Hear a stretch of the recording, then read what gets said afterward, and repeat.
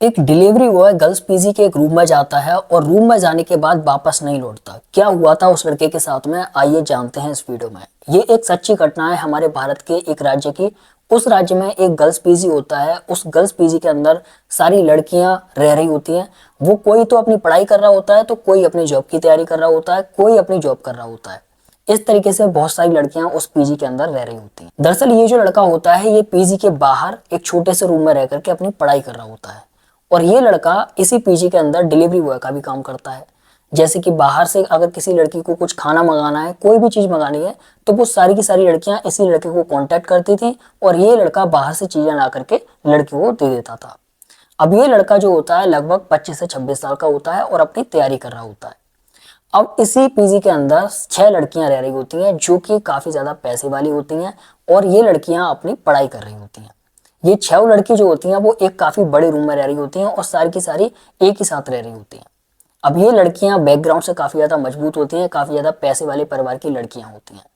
अब ये लड़कियां क्या करती हैं, चलिए इस चीज को समझते हैं। इन लड़कियों के डेली के जो काम होते हैं उनको समझते हैं। ये सारी लड़कियां पढ़ाई कम और सेक्स स्कैंडल या फिर सेक्स की लत में ज्यादा डूबी हुई होती हैं। इसके अलावा ये जो लड़कियां हैं, ये अपने फ्रेंड्स के साथ में जाकर के अपनी फ्रेंड सर्कल के साथ में घूमती फिरती हैं और बाहर पार्टियां करती हैं।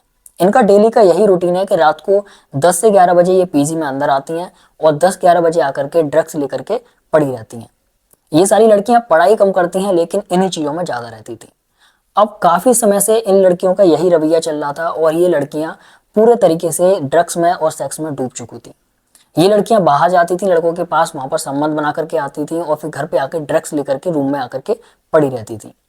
इसी तरीके से ये लड़कियां डेली अपना काम करती हैं और डेली इसी तरीके से इनकी दिनचर्या चलती है। अब जो लड़का होता है वो बेचारा अपनी जॉब कर रहा होता है डिलीवरी बॉय की और साथ में अपनी पढ़ाई भी करता है। इस लड़के का नाम होता है रॉकी। अभी रॉकी बेचारा पढ़ाई भी करता है और डिलीवरी बॉय का काम भी करता है। बहुत ही सीधा और सज्जन लड़का होता है।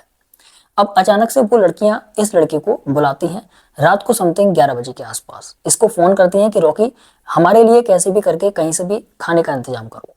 अब रॉकी तुरंत भाग करके जाता है और किसी एक बड़ी कंपनी में जाकर के खाना लेकर के आता है। खाना ला करके वहां से इन लड़कियों के रूम में देने जाता है।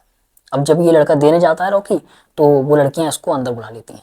अंदर बुला करके इससे कहती हैं बैठ जाओ, तुम भी हमारे साथ खाना खा लो। इतनी रात में हमारे लिए मेहनत करी है और तुम बहुत ही ज्यादा अच्छे आदमी हो, तो हमारे साथ थोड़ा सा खाना पीना खा लो, उसके बाद में चले जाना। अब ये लड़का उन लड़कियों के साथ में बैठ करके खाना पीना खाता है और फिर उसके बाद में ये जाने की कोशिश करता है। जब ये जाने वाला होता है तो लड़कियां फिर से इसको रोक लेती हैं और कहती हैं रुक जाओ, चले जाना, इतनी जल्दी क्या हो रही है, कोई दूर तो रहते नहीं हो, पास में ही तुम्हारा सामने रूम है, चले जाना, दिक्कत क्या है। लेकिन ये लड़का कहता है कि नहीं, मुझे पढ़ना है जाकर के और मेरे एग्जाम्स भी हैं, तो मैं आपके पास अब नहीं रुक सकता, काफी ज्यादा रात हो गई। लेकिन वो लड़कियां नहीं मानती हैं, इसको रोक लेती हैं। रोकने के बाद में काफी देर तक इसके साथ में छेड़खानी करती रहती है, लेकिन फिर ये लड़का कैसे भी करके रूम से निकल जाता है और भाग जाता है। भाग करके ये लड़का अपने रूम पर पहुंच जाता है और रूम पर जाकर के अपनी पढ़ाई में लग जाता है। लेकिन इसका दिमाग पढ़ाई में नहीं लगता, क्योंकि उन लड़कियों ने इसके साथ में जिस तरीके से हरकतें करी थी, इसके दिमाग में वही चीजें चल रही होती हैं। अब ये लड़का अपनी पढ़ाई की कोशिश करता है लेकिन ये पढ़ नहीं पाता और पूरी रात भर वही चीज सोचता रहता है कि मैं कहाँ फंस गया जाकर के आज। दूसरे दिन फिर वही लड़कियां इसको फोन करती हैं रात को 11 बजे और इसको फिर बुलाती हैं। अब ये लड़का डर जाता है और नहीं जाना चाहता। तभी वो जो लड़कियां होती हैं वार्डन को कॉल कर देती हैं और वार्डन को कॉल करके उस लड़के पर यानी कि रॉकी पर डांट लगवा देती है। रॉकी को फिर मजबूरी में जाना पड़ता है और रॉकी फिर से उन लड़कियों को खाना लेकर के रात को 11 बजे देने जाता है। इसी तरीके से वो खाना दे करके उनको वापस लौटता है। वो लड़कियां फिर उससे छेड़खानी करती हैं और लगभग 10 दिन तक वो लड़कियां इसी तरीके से रॉकी को परेशान करती हैं। 11वां दिन जब आता है तब रॉकी को बुलाती है फिर से 11 बजे और रॉकी जैसे ही रूम में जाता है तो वो लड़कियां पहले से इंतजाम करके बैठी होती हैं।